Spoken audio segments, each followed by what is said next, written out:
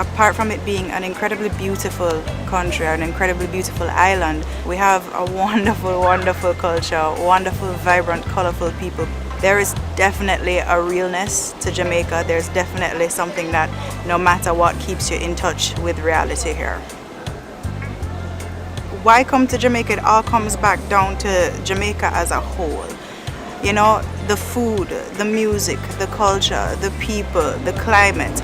Come out and meet us, come out and experience what Jamaica has to offer.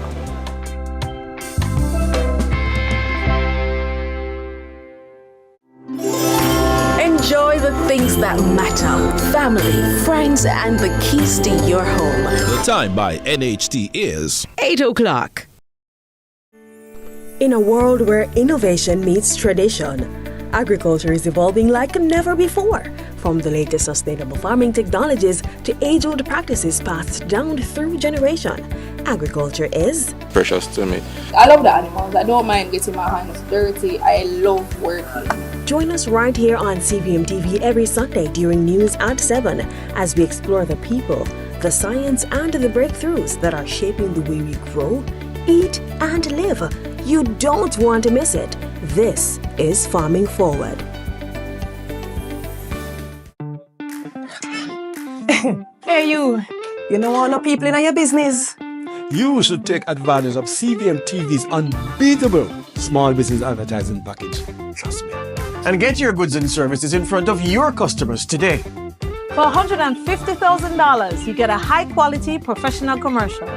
Plus 20 prime-time commercial spots. That's massive exposure at a fraction of the cost. Including on the #1 morning show in Jamaica, Sunrise. So don't wait. Call us on 658-208-5377 and see your business goals happen right here on CVM Television.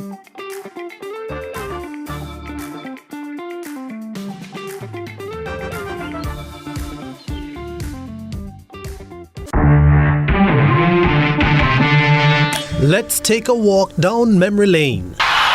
Here's a chance. We'll relive one of the proudest moments in Jamaica's sporting history as Jamaica seeks to get back to football's pinnacle. What are some of the lessons they can learn from the 1998 team? We sit down with former Reggae Boys coach Rene Simons on this special edition of Fan Central. Hear about his book, The Impossible Dream. This is not a book about me. We have to remember is Captain Horace Burrell. Some gems from his time at the helm, plus his advice for the current group of players. That's Fan Central, starting at 9 p.m.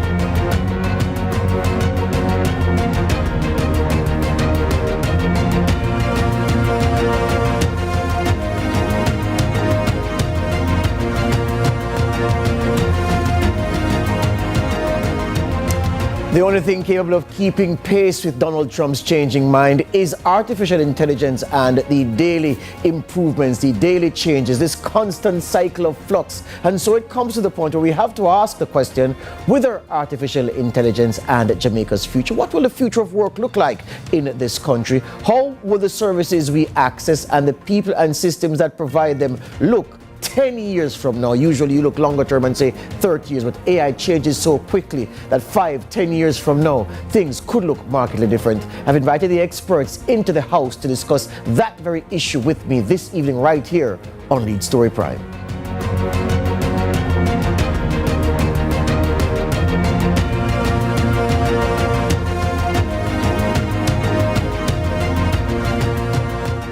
They say the phrase artificial intelligence was first used in 1955 and a definition followed. So one of the questions to pick the brain of my guests on is, How has the definition of AI changed since it was first coined in the mid-1950s, if any at all? I suspect it has, but they'll fill in the blanks for me. So here we are, artificial intelligence. You would have heard a lot about it. There are many people who depend heavily on artificial intelligence day by day who say they don't understand AI, which is a bit of a oxymoron. You depend on something, your life would be markedly different without it, yet you say you don't understand it. Yet it's true that there are many people who don't understand the tools that serve them so well. So what are we talking about, and why is this conversation necessary to have at this time?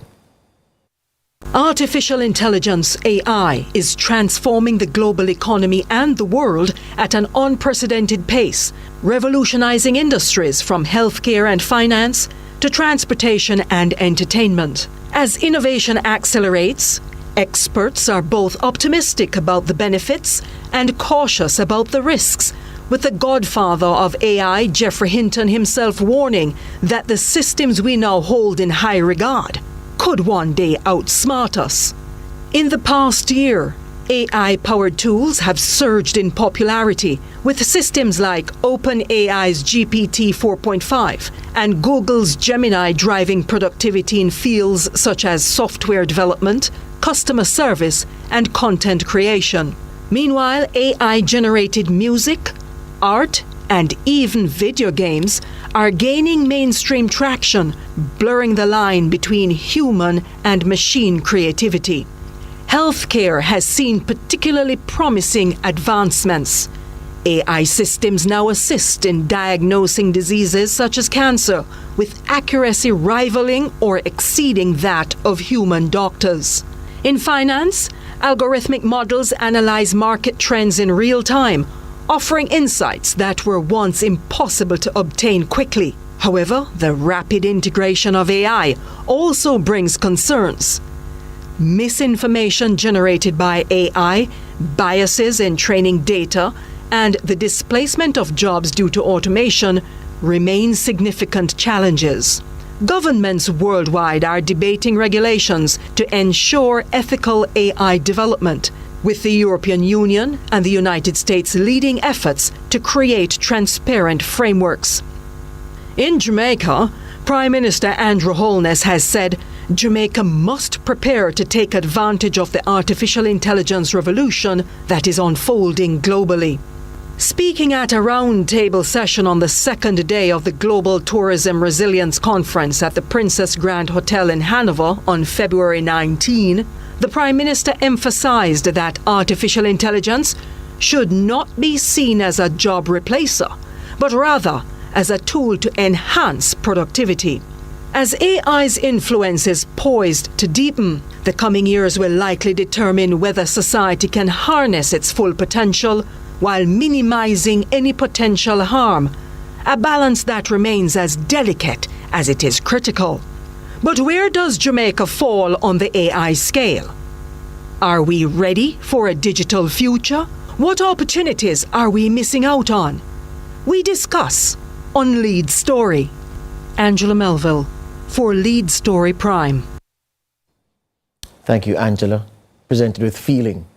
Feeling is a very important part of what we're going to be discussing this evening. My guests after this break.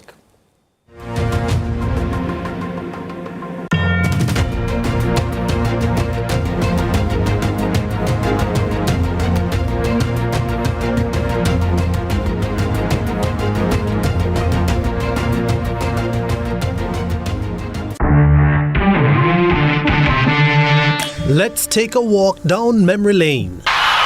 Here's a chance.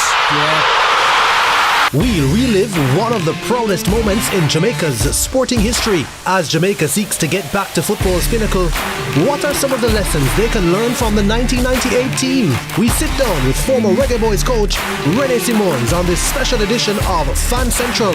Hear about his book, The Impossible Dream. This is not a book about me. We have to remember is Captain Horace Burrell. Some gems from his time at the helm, plus his advice for the current group of players. That's Fan Central, starting at 9 p.m. In a world where innovation meets tradition, agriculture is evolving like never before. From the latest sustainable farming technologies to age-old practices passed down through generation, agriculture is precious to me. I love the animals. I don't mind getting my hands dirty. I love working. Join us right here on CVM TV every Sunday during news at 7 as we explore the people, the science and the breakthroughs that are shaping the way we grow, eat and live. You don't want to miss it. This is Farming Forward. People, are you ready? Fit Fire has joined the Fete. If you missed it on the ground, catch it on the TV. Shani Fitness brings her high-energy, dance-filled workout series, Fit Fire, to a TV near you. Join her and her team as they continue to get you fit for the Fete this season. Monday to Friday, 5 a.m. on CVM TV. Fit for Fete, the ultimate workout series, getting you ready for the road. Powered by CVM TV. Fit for Fete, brought to you by Smirnoff. We do Carnival. Drink responsibly.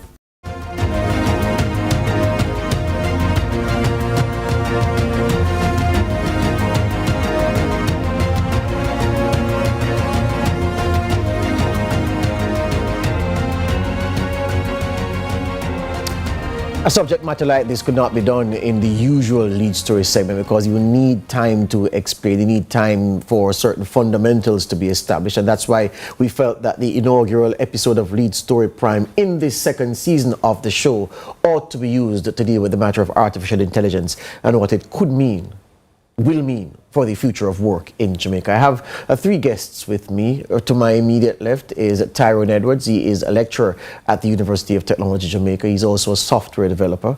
Beside him is the lady Dr. Nadine Barrett-Maitland. She is a senior lecturer in the School of Computing and Information Technology. We call it SCIT at UTech Jamaica. And beside him is the man Trevor Forrest. He's an expert in these matters. He is the CEO of 876 Solutions. Good evening, panel. Glad to have you here. Thanks for having us. All right. Let me throw this one on the table and hope that you all pick up a piece of it. So here's the thing. I want a definition of AI in the context of when the phrase AI was first used to know if the definition, the meaning has changed any at all. As part of the answer. No, that's the lecturers. Well, Dr. Barrett, he's going to help me out. Thank you very much. When the term was first coined, John McCartney said it's about engineering intelligent machines. Mm-hmm. I don't think that has changed because it's about intelligent agents. It's really about building intelligent tools, software tools to do things for us.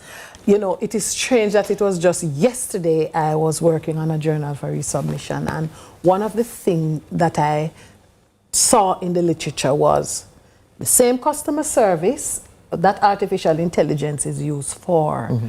The author actually said, AI alone cannot do it. Mm-hmm. Because in order for it to achieve the goal, it needs some knowledge of something. So it's really building that intelligent agent to achieve some things. Mm-hmm. Has there been any change? Thank you for that, Dr. Barrett-Maitland. Tyrone Edwards, has there been any change from your perspective in what AI was crafted to mean and what it means operationally? As it was created initially, the target was to simulate human intelligence. And that objective still remains to this day. And it is the driving force behind all the improvements that we have been seeing in the field of artificial intelligence, such that the tools that are available now, they seem to mimic the interactions that we would have on a day-to-day basis. Mm-hmm. We have chatbots that are utilized in certain sectors, like for interacting with customers. Mm-hmm.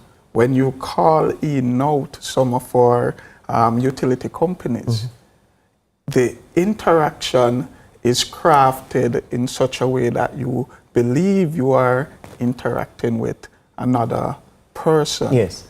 But you are actually interacting with an agent. Yes. And that initial research in the era of being able to determine whether you are interacting with another user and that user is going to be believed to be a human. And that was Alan's Turing test, right? So Turing test said, can we have two users interacting? And I use the term user so that we step away from the human versus computer interaction. So when I say users now, we are not sure based on the interaction which of the user is human versus the artificial intelligence. So to this current period, those objectives still remain. And with the advancement in technologies that support the type of computation that is necessary, we see that we are now experiencing leaps in the area, while right now we can interact with an agent and not know.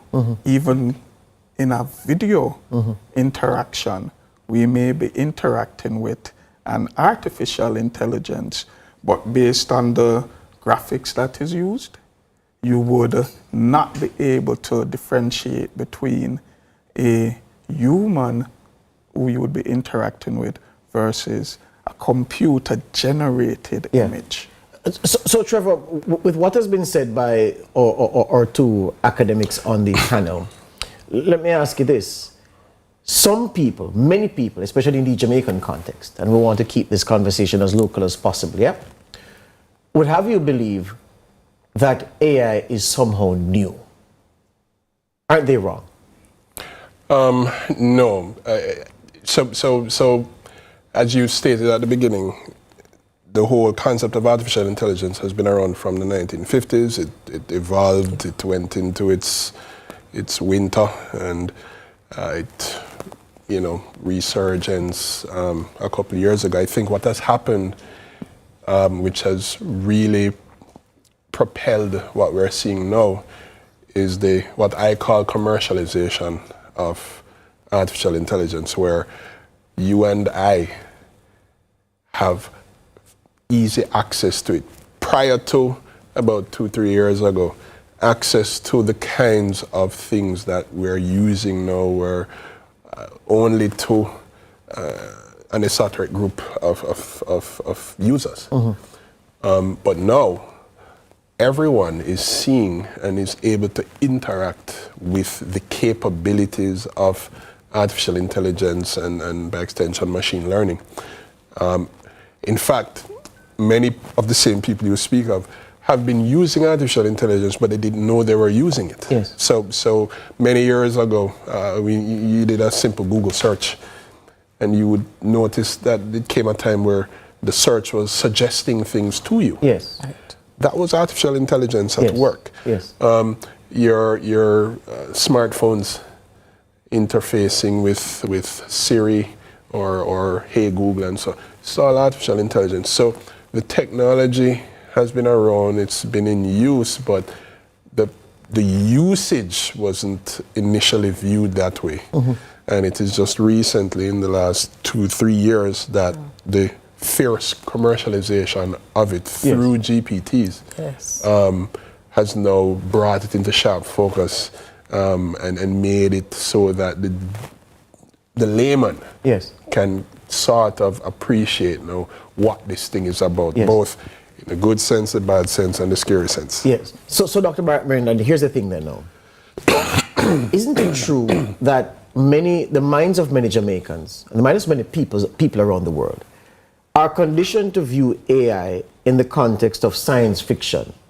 And so what we've read in the books, 1984, I almost said 1984 by Animal Farm, but with George Orwell, yes?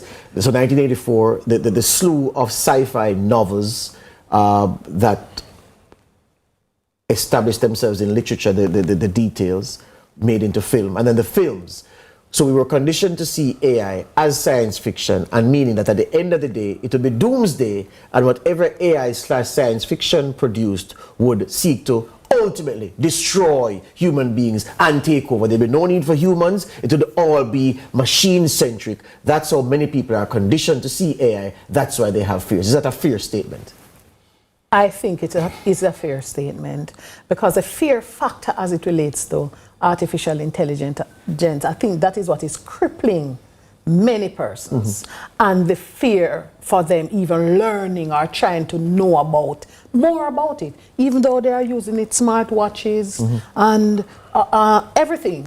The TV, the movies that are recommended to you, like Mr. Forrest said, entertainment, it says, you like, these are the movies that you may like. Yes. That's AI. Yes. But they don't really understand that. And I must say, the fear is not only in one sector. Right across the spectrum, people are afraid that it is going to take over their jobs. It's going to take over everything. Just the last marathon we had in China, you saw they had some robots running, and they were saying, no need to fear, because they didn't win the race. Right? So people all over, what they see, and I think awareness is a key factor. What many people see AI as is those robots and things taking over their jobs and taking over what they are doing. Just recently somebody said to me, so you want to build an app that is going to replace all that we have been teaching for so long? You know, persons are very fearful, because that is one of the main things. They believe that AI is going to take over everything that they are doing. Tyrone, university students represent the best of us. We were once them, yeah? Yes. And so I ask if this, well, let's call it what it is, this irrational fear of AI in some respects, if it is even taking hold within that captive community of next leaders, intellectuals in the making. Is that a real thing among university students, science fiction causing them to be afraid of what AI can do? In my opinion, the students of today are more open to using artificial intelligence tools. As was said previously, we have been interacting with artificial intelligence from we started using any device that was labeled as smart. And it would be a marketing attempt to avoid the negative connotations associated with artificial intelligence as a whole.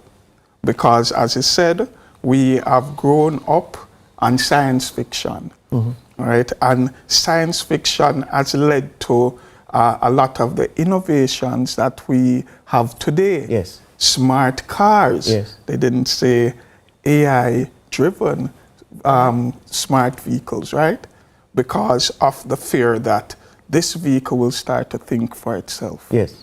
Right? But the students of today, they are more open to using the tools. And these AI tools, they are being introduced into our daily activities. Yes. To the point where we will not recognize them as AI. Using your browser to carry out a search, you now see as a normal feature a generative AI summary of what may be the particular objective that you perform that search for. Yes. Right? And the students of today, they rely on these assistive technologies. Yes. So ChatGPT and all of those other LLMs, right? By LLMs you mean? The large language models, right? Because these are what is used to train the artificial intelligence tools that we're using. So, as in the classroom, the teachers, the lecturers, right? Those facilitators, if they don't accept that AI is now, then they're going to be a block. Yes. Right? They would put in place hurdles yes. that impact on the students' continued use of these tools. On that point, let's go to the streets and hear what some people who spoke with us have to say about AI, their perspective on the utilitarian nature of the technology. It's really fast, especially when you don't feel like doing anything. Because I had a test the other day and I just, what's the answer for this? And it gave it to me. But it's cheating though, and it's taking over because these days people don't think, they just go on AI. I have a friend, Tafawa, I asked him a simple question like, what teeth is this? He's like, I don't know, go on AI.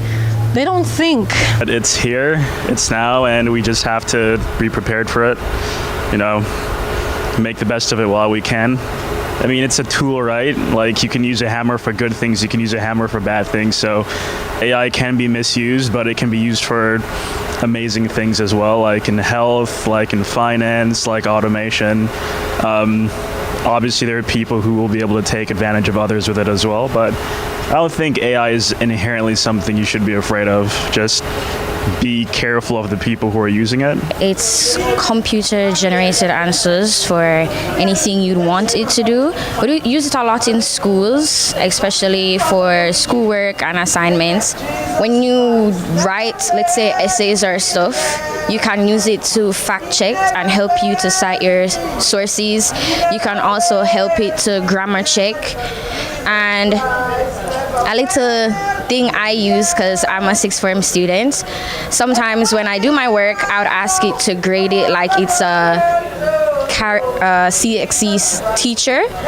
Like, say for Carib Studies, I ask it to grade it based on the CXC curriculum. It's basically something that helps us through our day-to-day, like especially if you're working in a BPO sector, it's something that helps you on a day-to-day basis. It's really fast, especially when you don't feel like doing anything. Yeah, so that's fascinating there at the end, Dr. White-Maitland, because she said that she asks AI to grade a piece of work as if it were CXC. Yes. Yes. So you can feed it into the LLM.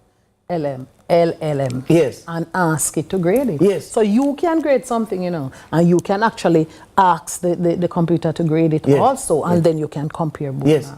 Some teachers' colleges are doing that. So, for example, I went to a function and Michael said that is one of the things that they are also training their teachers to do. Yes. Right? So you can compare to see, you know, because remember, the LLMs are large language models. It scrapes information from the internet. So it would have a large database consisting of a lot of things, right? And it would be in the position to compare the two things with the things that you give. Gentlemen, Trevor, Tyrone, after the break, I want to ask you about what AI means for the human capacity to think. One of our respondents raised that very important issue just now, and I just want to get into that as we talk, as we zero in on how AI will impact the Jamaican workforce in the years to come. This is Lead Story Prime here, CVM TV.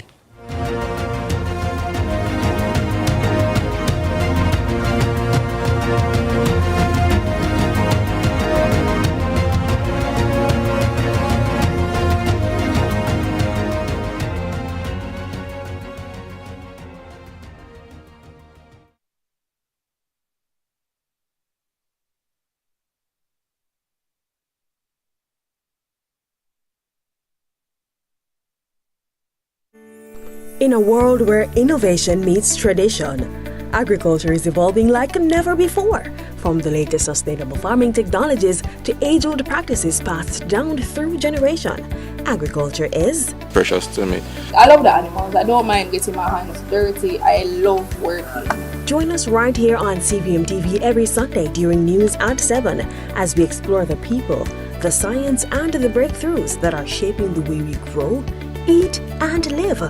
You don't want to miss it. This is Farming Forward.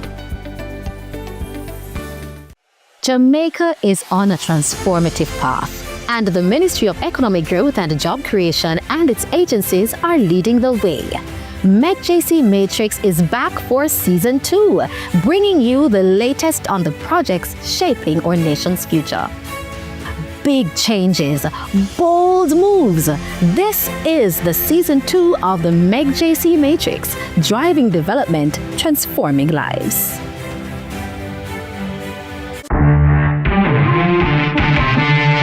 Let's take a walk down memory lane. Here's a chance.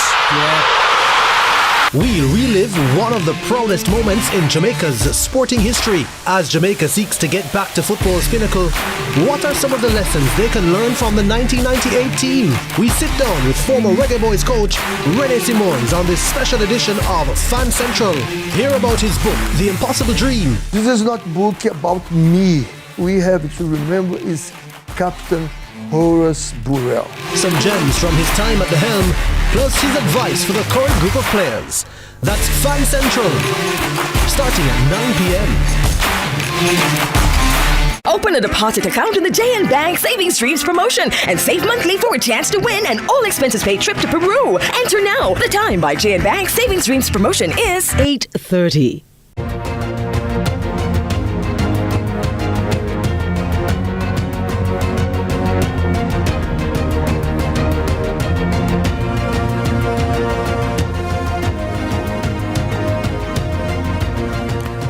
Welcome back to Lead Story Prime here on CVM TV, talking about artificial intelligence and its impact on the Jamaican workforce. And it's a determination that we have to build up to, can't jump to it, have to put into the conversation some fundamentals, as one of the favorite words of the late great Professor Rex Nettleford. It's talking about the fundaments of the argument before you go on. You have to lay the plinth, he says, before you build the structure. And that's exactly what we're trying to do. So just to tie up this loose end, I had put that, Trevor was the only one. Trevor Forrest is one of my guests. He's the CEO of 876 Solutions. Dr. Nadine Barrett-Maitland is a senior lecturer at UTech.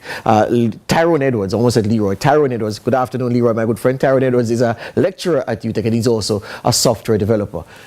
I spoke to your two colleagues here about the impact of science fiction on people's understanding of AI, and many of the fears sparked about the capacity of AI, which have been stoked by science fiction.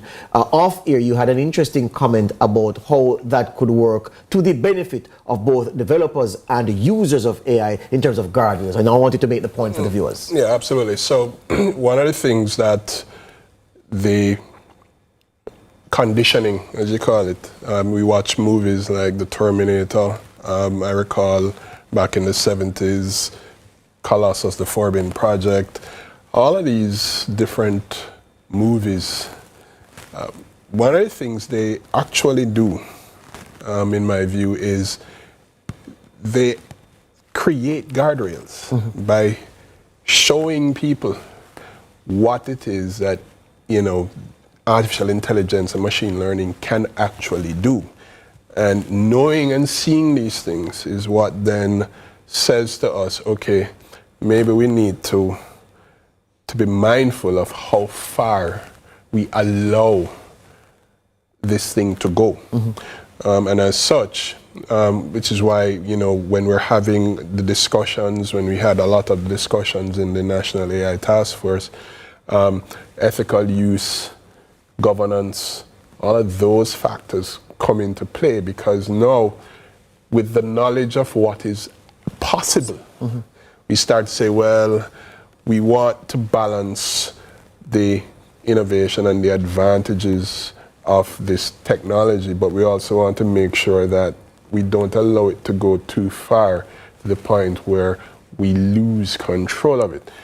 So even Jeffrey Hinton, at the outset is warning about this is what we've seen that it can do, so let us be careful as we go forward. Yeah, and I thought that I was scared by watching just a random episode of David Hasselhoff in his iconic role of Knight Rider, Michael Knight, and Devin not taking orders, the car just functioning on itself, telling Michael what it is going to do, and ignore. That was scary enough, but then my fears went to another level watching 2001: A Space Odyssey, Stanley Kubrick, and still to this day one of the scariest movies I've ever watched, with one character in the whole film and a machine that just took over. So the science fiction has really presented in my mind AI as something that is to be feared, and were I not a reading man, I'd be one of those Luddites who didn't want AI to continue apace. But thankfully, thanks for my UTech education. I come to you, Taryn Edwards, with this one. I signposted it before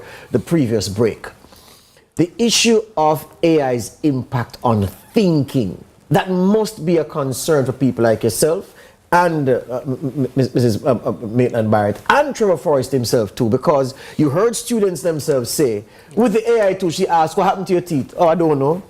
Oh, this is that. So your brain now becomes that smartphone you have in your hand. You don't need to store anything. You don't need to understand anything, because there are tools readily available for you to search for answers and get explanations. It must be a problem.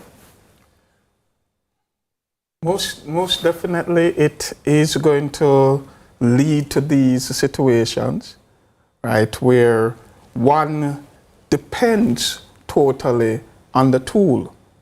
But for our own educational systems, what we assess is the ability of the individual to demonstrate their knowledge of the particular area of study that they're focusing on.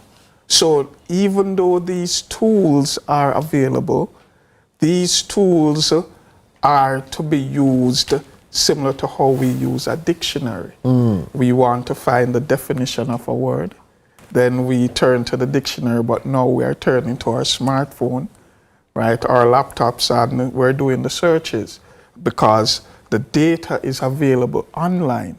So it becomes accessible to more people, because not everybody had access to a dictionary, right? But to stay on point, we assess the students' ability to demonstrate that they understand the content. So we remove the tool when we are doing the assessment.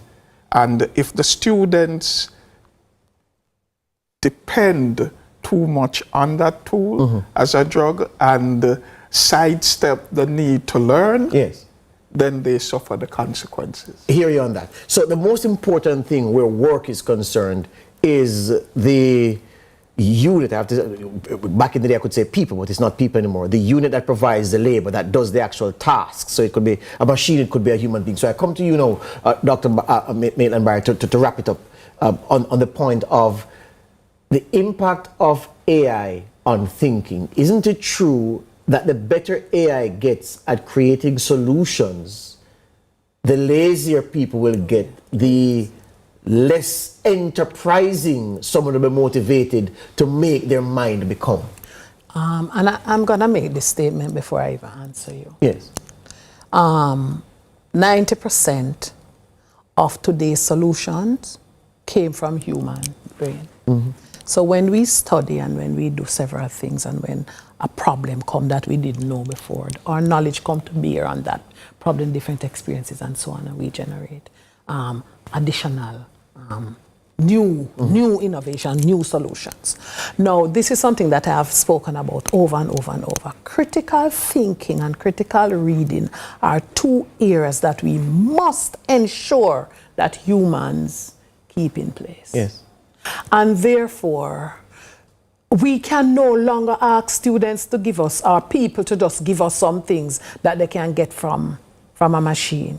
You have to ask people to analyze and critique and demonstrate and apply this. So for example, I gave an exam the other day and I don't ask them nothing that I know they can put in there. I say, redesign so and so and so. And based on the knowledge of this, what you are supposed to use to develop an interface, assess this interface, match it against the rules of interface design, critique it and say what is wrong with it, and redesign it. So let them go and make ChatGPT redesign that for them.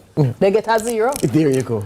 So you must allow them to think now, draw on that knowledge based on what they go and read and say interface design supposed to be and then now you let them apply now what they learn and let it come to bear on something. Well, I think what you what you're seeing play out here, Judge, is in the age of artificial intelligence, some things have to fundamentally change, including teaching. Absolutely. Yes.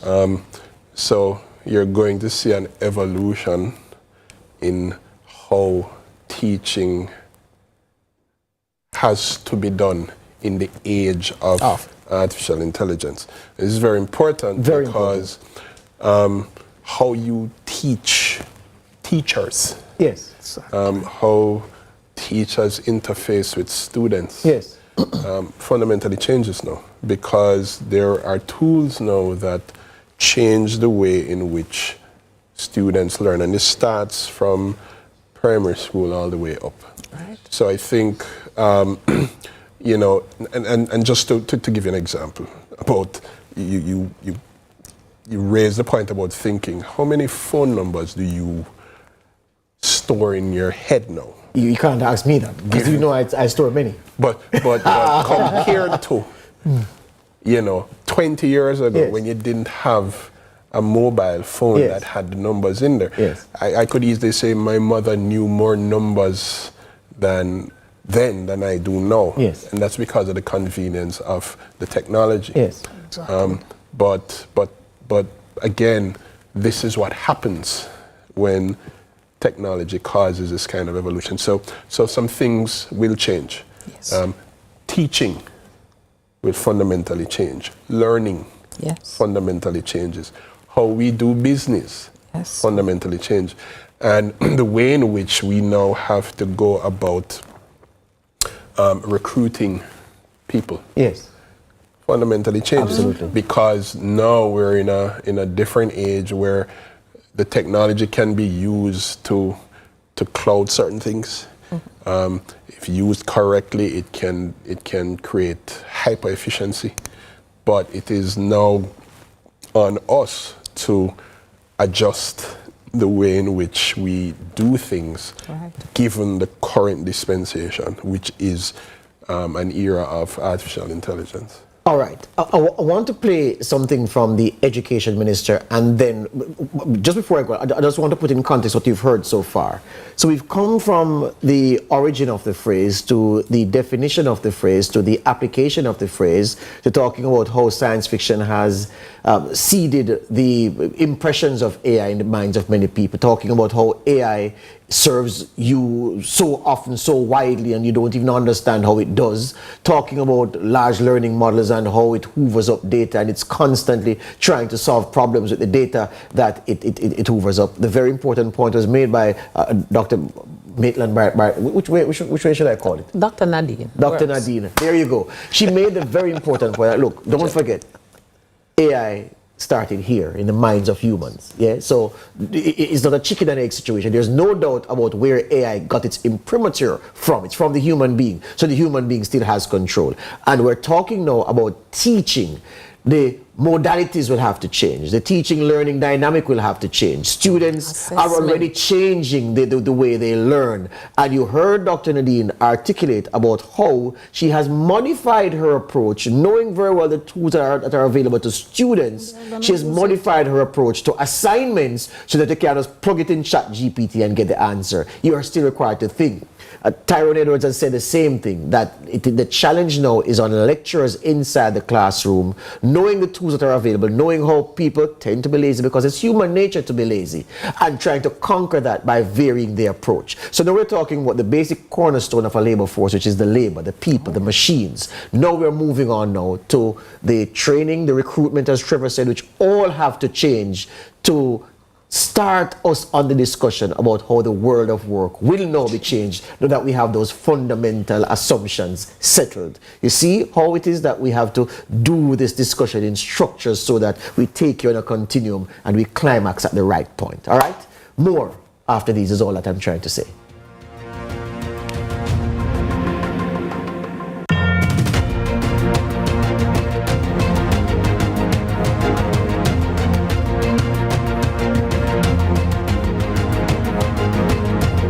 Jamaica is on a transformative path, and the Ministry of Economic Growth and Job Creation and its agencies are leading the way.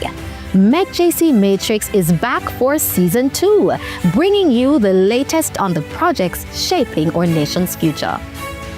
Big changes, bold moves. This is the Season 2 of the MechJC Matrix, driving development, transforming lives.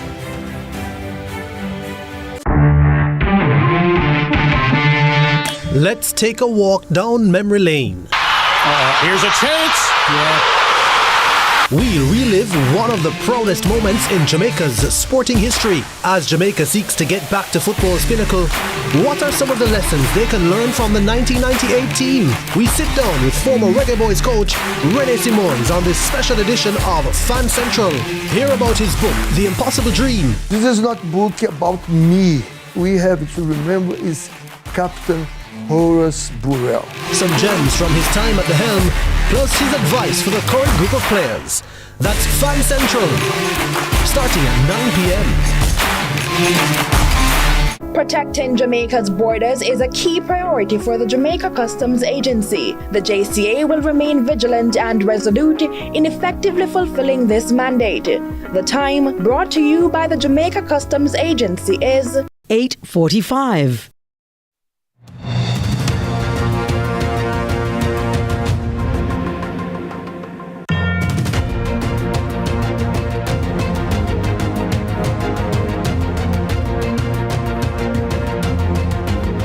For us as government, we have to obviously look at policy. Policy is where it starts.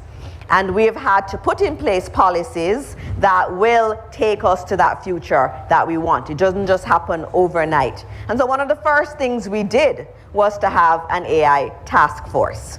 There are not many small countries like ours that have been so proactive to put together individuals from industry, government, also academia together to think through how does a small country like Jamaica really embrace artificial intelligence and really harness the power for all of our people. And so our AI task force spent a little bit over 1 year doing their work, and we have an AI task force report that is leading us in relation to how we implement policies across government re-AI. But our Ministry of Education didn't wait on that. They actually went ahead and did an AI policy for schools, which came into place in August 2024. What that says is that we have a government and we have government officials who truly believe that artificial intelligence is something that must be incorporated in every aspect of Jamaican life, including in our schools. And so we're not afraid of artificial intelligence. We know that artificial intelligence is key to our children thriving and doing well in school. So if you focus on the education, you're working on the workforce of the future. However the workforce is going to look, if it's going to be, well, it definitely has to be hybrid because it can't be people dominated in the way that people have dominated workforces up to this point in our history. And so as we enter the last part of the show, let's get right to it. With all that has been said, how do you imagine, Tyrone Edwards, the Jamaican workforce being impacted by AI at the pace at which AI generates solutions? That's an interesting point, because the workforce currently is manual. Yes. Right, and with artificial intelligence, we are looking at the integration of computing tools in what is being done.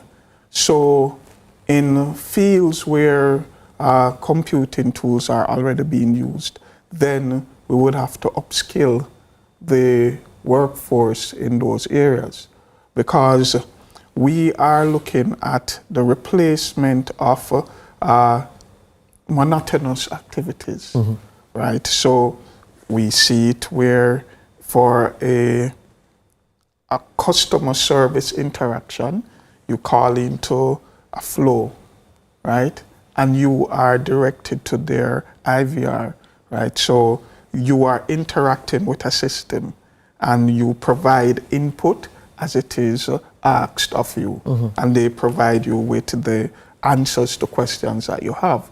And many times when you say, I need to speak with a agent, right, then your assumption is that you're going to be transferred to a human who continues the interaction. Especially because historically agent means person. Exactly. But now agent can mean a bot. Yes. Who has access to the knowledge base related to the particular company. And so that bot can respond to your interactions, right? They listen to keywords, and those keywords trigger access to the frequently asked questions, and then the bots can respond. And you mentioned Flo, about Flo having a good one. JPS also has a very good one.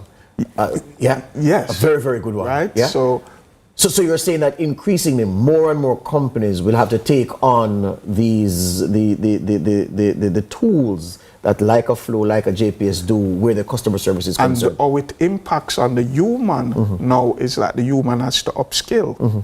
So that call center person would now probably be upskilled to a knowledge representative, right? Someone who is able to interact with the bot to ensure that the bot remains functional and being able to respond to the queries coming in from the clients of that company.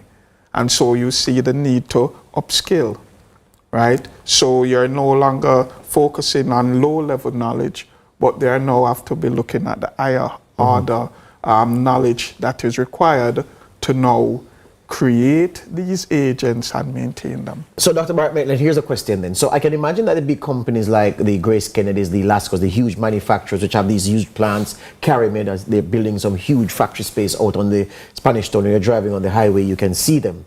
They would have their mechanized processes and they'd have AI infused. I'm not worried about them. I'm talking about the smaller businesses, the medium-sized businesses. How do you imagine that they can use, will have to use AI to maintain their cutting edge and their competitive advantage, even if they have to downscale in terms of the number of people serving them? Yes, so we call that augmented labor. Yes. So where we can use artificial intelligence to perform the repetitive tasks. So no longer you need somebody to be a customer representative. So that repetitive task can be replaced with AI. And then persons will be able to do other jobs that don't require that thing that you do over and over and over again. Strange that I was listening to a YouTube recording of someone who has a business like Trevor's business, and somebody was interviewing him, and the big thing that came out, and he was saying that he didn't want to scare people, but that whole BPO process, that BPO sector is one that we have to be concerned about. So retooling and retraining and so on. So for small businesses, they can use AI to augment some of those processes, and then they can look at retraining, retooling, learning how to use the other tools to be competitive or to remain competitive or to allow them to stay ahead in the market. Right. That is where we are going to go. And Mr. AI Task Force member, from the policy perspective, what now does government have to do to support the changes that the workplaces will have to make as articulated by our two lecturers? All right, so that's a good question, because you would have heard in the Prime Minister's budget presentation coming out of the recommendations of the National AI Task Force, the formation of, or the ushering in of an AI workforce readiness strategy.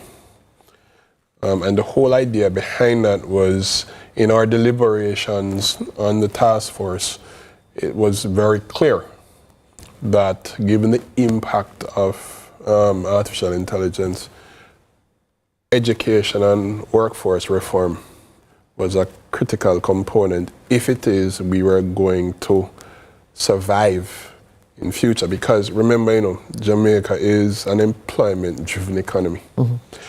And if you are introducing technology that essentially removes certain types of jobs, if you intend to keep the jobs, you have to retrain. Yes. So there has to be a strategy to upskill. Yes. There has to be a strategy to educate. So even in the BPO sector, BPO sector has been using artificial intelligence for quite some time. Yes. What they have been doing is they're retasking their agents now, and when I say agents, I mean people, because of what they're using AI to do. So AI will do certain tasks, and they have elevated their agents to do a different set of tasks. Similarly, the rudimentary work of a receptionist. These things may go away, but the receptionist still needs to have a job. Yes. So upskilling of that individual is necessary.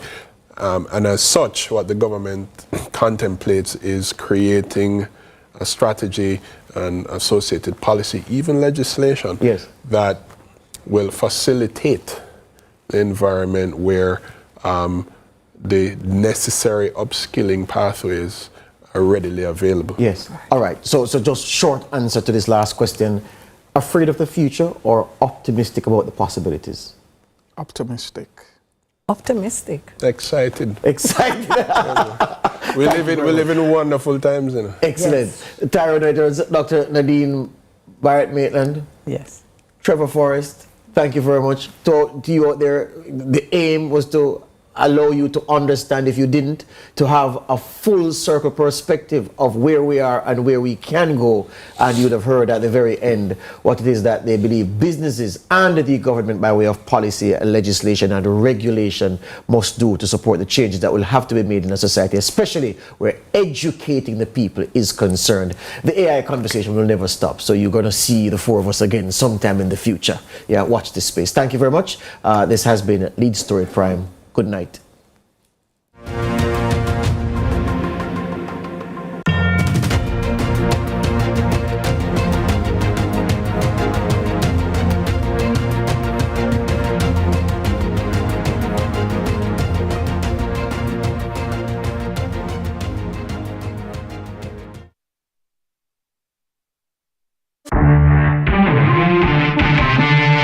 Let's take a walk down memory lane. Here's a chance. We'll relive one of the proudest moments in Jamaica's sporting history as Jamaica seeks to get back to football's pinnacle. What are some of the lessons they can learn from the 1998 team? We sit down with former Reggae Boys coach Rene Simons on this special edition of Fan Central. Hear about his book, The Impossible Dream. This is not a book about me. We have to remember is Captain Horace Burrell. Some gems from his time at the helm, plus his advice for the current group of players. That's Fan Central, starting at 9 p.m. Jamaica is on a transformative path, and the Ministry of Economic Growth and Job Creation and its agencies are leading the way. McJC Matrix is back for Season 2, bringing you the latest on the projects shaping our nation's future. Big changes, bold moves. This is the Season 2 of the McJC Matrix, driving development, transforming lives. What would you do if a date asked you how much you weigh? Ask him how much his mama weigh. All new Family Feud.